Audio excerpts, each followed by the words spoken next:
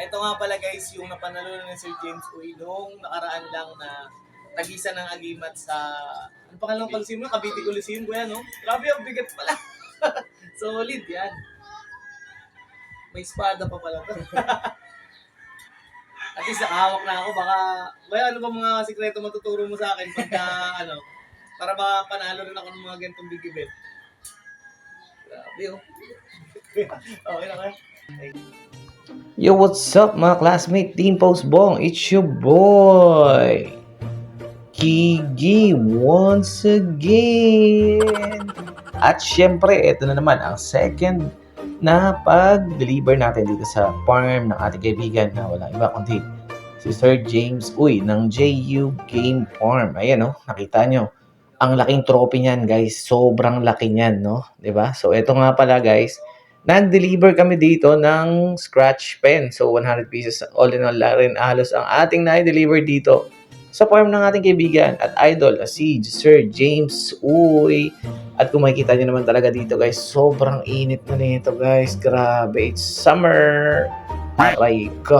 Pero tignan nyo, napakaganda pa rin ng mga TV at maganda pa rin sa mata na makita ang ganitong farm na napapaligiran ng mga puno ng mangga. O, diba? Kahit papaano may lilim pa rin. So, ayan na nga guys. Andi dito ang ating team at tayo nag-aayos ng scratch pen. Ang sukat nga pala nito guys ay 3x3. So, 3 feet by 3 feet po siya na scratch pen. At makakapal po ang kanilang mga bakal. So, ito po ay ating ginawa para kay Sir James Uy sa kanyang farm. So, actually guys, babalik pa tayo dito ulit guys sa JU Game Farm para mag-deliver din ng mga hardening pens na 100 pieces.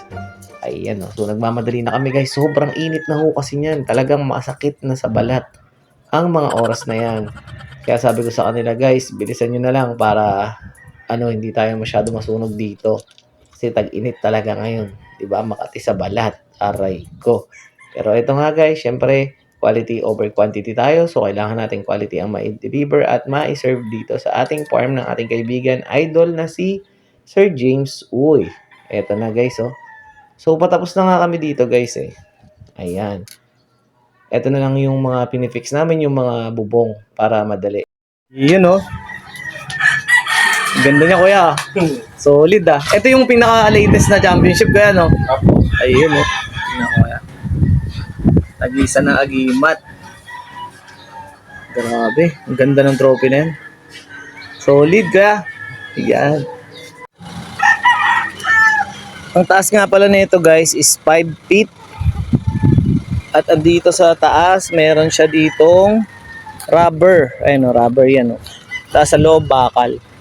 So maganda siyang apakan ng mga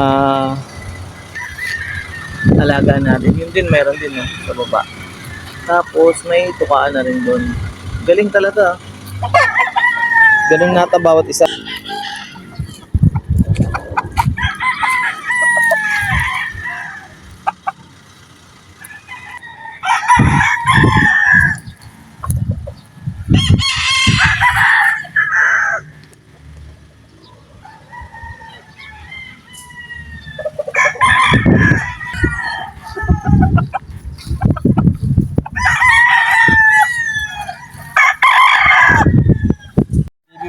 Ano yung mo dito kaya?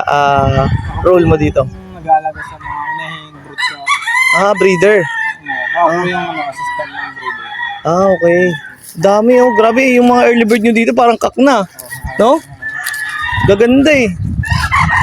May sale. Ito po lahat yung for sale ko. Ito yung mga for sale dito sa area na to. Okay. So guys, dito sa area na to, lahat to mga for sale. Puro pogi na lahat, puro early bird. Ready to use na to eh, no sir? Tingin mo, magkano isa niyan? Mga 8K ang isa. 8K yung isa? Battle Cross ba to? May pure? Battle Claw. Battle Cross. Ang gaganda oh. So guys, 8,000 dito sa JU Game Farm ni Sir James Uy. Grabe, mura na no? 8,000 lang. Kailan ba yung expo niya ulit, kuya? Ako ngayon mag-explain ko lang kung sa Ay, sa Clark, oo, malakas yun. Yun. Abangan nyo guys ang mga gamit ni Sir James dito sa Clark na parating. 8,000 lang. Oh. Pwede ba bumisita dito, kuya, yung mag-walk-in lang? Pwede naman. Ito pa lang sila. Kahit walking po. Okay, sige. Thank you, kuya. Salamat. At sa paglilibot nga namin dito sa farm ni Sir James Uy na hagip ng aking camera ang napakagandang kanawayon at ito namang white map dito sa JU Game Farm. Napaka-solid guys, so tignan nyo. O, diba? Ang astig ng pormahan ng mga manok dito. Yan, kumpleto at buong katawan. At syempre pinagmamadali ko na nga sila dahil patapos na nga kami. At may pupuntahan pa kami sa Tagaytay dahil malapit lang po ang farm ng JU Game Farm sa Tagaytay. At syempre magpapaalam na tayo sa JU Game Farm. At sa susunod ulit na pag-order sa atin ng ating kaibigang idol na si Sir James Uy. Salamat! At ayun na nga mga classmate, tapos na naman ang ating araw. Pagod, pawis, pero syempre hindi mawawala ang tawanan. Aray ko. Kasi dito sa buhay mga boss, hindi porket nahirapan ka, talo ka na agad.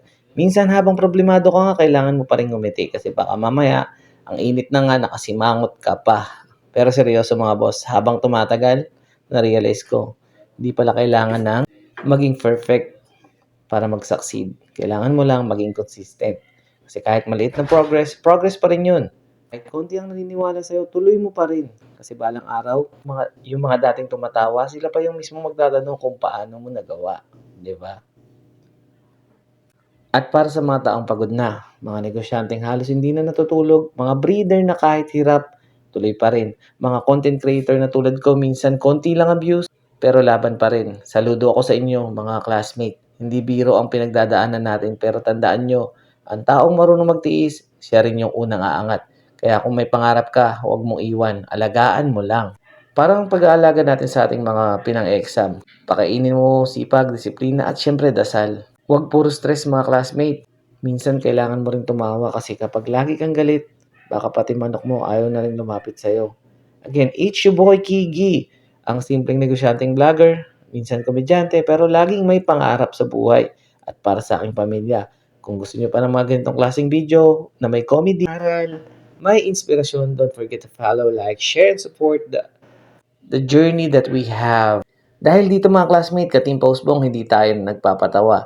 Nagbibigay din tayo ng pag-asa, peace, mga boss. See you next vlog!